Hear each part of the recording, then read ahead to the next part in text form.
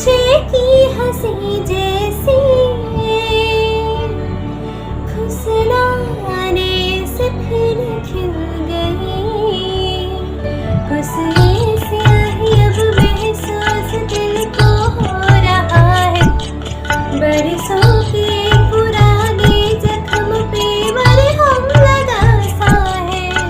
कुछ ऐसी रहन इस लम्हे में है।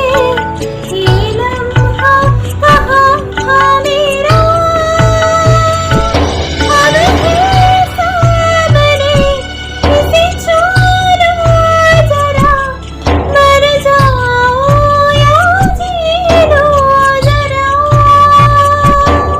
खुशियाँ चूम लो या रो लो जरा, मर जाओ या जी लो जरा।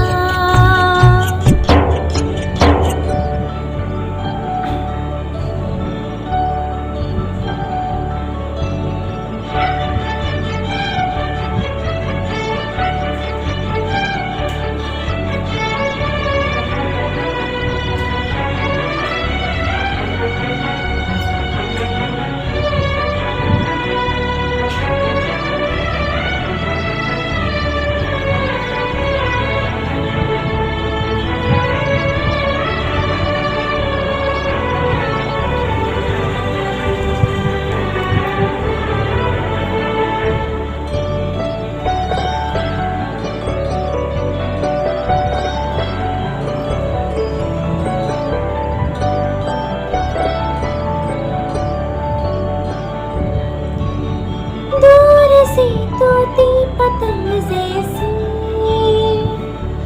थी ये जिंदगानी मेरी।